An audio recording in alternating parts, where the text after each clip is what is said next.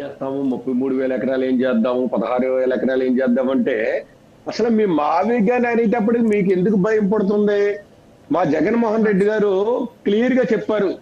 అంత దమ్ముగా ధైర్యంగా చెప్పే నాయకుడు ఎవరు లేరు. ఎస్, మేము మావిగన్ ఛాలెంజ్, మావిగన్ వర్సెస్ అమరావతి ఎలక్షన్కి వెళ్దాం రండి. మేము మేనిఫెస్టోలో మావిగన్ పెడతాము, మీరు అమరావతి పెట్టుకోండి, వెళ్దాం రండి అన్నప్పుడు మీకెందుకు అంత భయపడుతున్నారు అంటున్నాను నేను. ఏంటి మీ భయం?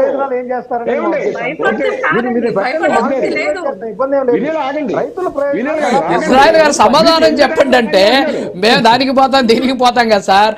మీరు అడిగిన ఫ్లడ్ ఏరియా కాదు అని చెప్పి నివేదిక ఉంది, దానికి అది రూల్ అవుట్ అయిపోయింది. అదే అదే ఒక నిమిషం మస్తాన్ గారు ప్లీజ్ ప్లీజ్ ఇజ్రాయెల్ గారు టైం ఇవ్వాలి. ఇజ్రాయెల్ గారు మాట్లాడండి. కొద్దిగా వాటర్ పడుతుంటే మోటార్లు ఎందుకు తడుపుతున్నారు మీరు? తోడుతున్నారు మీరు మోటార్లకే ఖర్చు పెడుతున్నారు కదా డబ్బు అంతాను. మరి లోతట్టు ప్రాంతం కాదా? మన కల్లారా చూడలేదా? కళ్ళు ముందు చూడలేదా? ఒక కేంద్రం పంపించినటువంటి శివరామకృష్ణ కమిషన్ ఇచ్చినటువంటి రిపోర్ట్లే తప్పు, అది కాదు, మీరు బెంగళూరు వాళ్ళు ఇచ్చారు, అది ఇచ్చారు, ఇది ఇచ్చారు, ఎన్జిటి ట్రిబ్యునల్ ఇచ్చింది అంటున్నారు కదా. ఒక వర్షం పడుతుంటే, ఒక దుక్కు వర్షం పడుతుంటే మనం మోటార్లు పెట్టి తోడే పరిస్థితి కదా. అది లోతట్టు ప్రాంతం కాదండి. మీరు ఎప్పటికీ డెవలప్మెంట్ చేసేస్తారో చెప్పండి. తిరుపతి కొండ ప్రాంతం సార్. సార్ తిరుపతి కొండ ప్రాంతం కాదు సార్. ఇజ్రాయెల్ గారు తిరుపతి అనేది కొండ ప్రాంతం. హైదరాబాద్, ఇప్పుడు హైదరాబాద్ అని చూస్తున్నాం మనం. హైదరాబాద్లో సముద్రం లేదు, హైదరాబాద్లో నదులు చెరువులు అన్ని కబ్జాలు అయిపోయినాయి. కానీ ఈరోజు చూస్తున్నాం, నిన్న వాన వచ్చింది పాపం, కనీసం ట్రాఫిక్ అడ్వైజరీ ఇచ్చారు, వాన వచ్చేస్తా ఉంది జాగ్రత్త అని చెప్పేసి. సో అస్సాం చూస్తున్నాం ఈరోజు పరిస్థితి ఏంటి అనేసి. సో వరద ముప్పుకి మీరు ఏదో అక్కడ మోటార్లు పెట్టి తరవేశారని చెప్పేసి.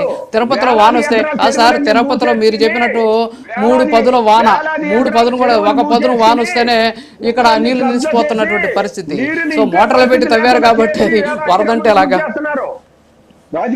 సరే సరే, అవన్నీ పక్కన పెట్టేద్దాం సార్. ఓకే, ఇజ్రాయెల్ గారు ఎన్ని వద్దు కానీ సార్, ఎన్ని వద్దు. మీరు మావిగన్ వర్సెస్ అమరావతి ఎన్నికలకి పోతారు ఓకే, మీరు పోయి మీరు తేల్చుకోండి. సరే, మీరు మావిగన్ వాళ్ళది అమరావతి, మీరు అధికారంలోకి వస్తే అమరావతి పరిస్థితి ఏంటో చెప్పండి. అమరావతి ఇంక్లూడింగ్ మావిగన్ అండి. మీకు మరి ఎన్నిసార్లు చెప్పినా తిప్పి చెప్తున్నారండి. ఇంక్లూడింగ్ అమరావతి కాదా? అమరావతి మావిగన్ లో లేదా? మా నాయకుడు అదే చెప్పాడు కదా. మచిలీపట్నం, విజయవాడ, జగన్మోహన్ రెడ్డి గారు అది కాదు కదా చెప్పింది, జాతీయ రహదారి పక్కన కట్టుకుంటా పోతామని కదా చెప్పింది సార్. జగన్మోహన్ రెడ్డి గారు ఏం చెప్పారంటే జాతీయ రహదారి ఉంటుంది, ఈ జాతీయ రహదారి పక్కన మేము రాజధాని కట్టుకుంటా పోతా ఉన్నారు. అమరావతి గురించి మాట్లాడలేదు ఆయన, మీరు చెప్తున్నారు. ఏమండి ఒక విషయం చెప్పనా? ఇప్పుడు పోర్టులు ఉన్నాయి, అమరావతి వర్సెస్ అన్నప్పుడు అమరావతి ఎందుకు ఉంటుంది మీ మావిగన్ లో? కాదు సార్, అమరావతి వర్సెస్ అన్నప్పుడు అమరావతి ఉండకూడదు కదా మావిగన్ లో. ఎస్ ఓకే, ఓకేలండి. ఓకే ఇజ్రాయెల్ గారు, టైం అయింది. వినీల్ గారు మీకు టైం ఇవ్వలేకపోతున్నాను. ఎస్ టైం ఎక్కువైపోయింది, మీకు టైం ఇవ్వలేకపోతున్నాను. I'm sorry.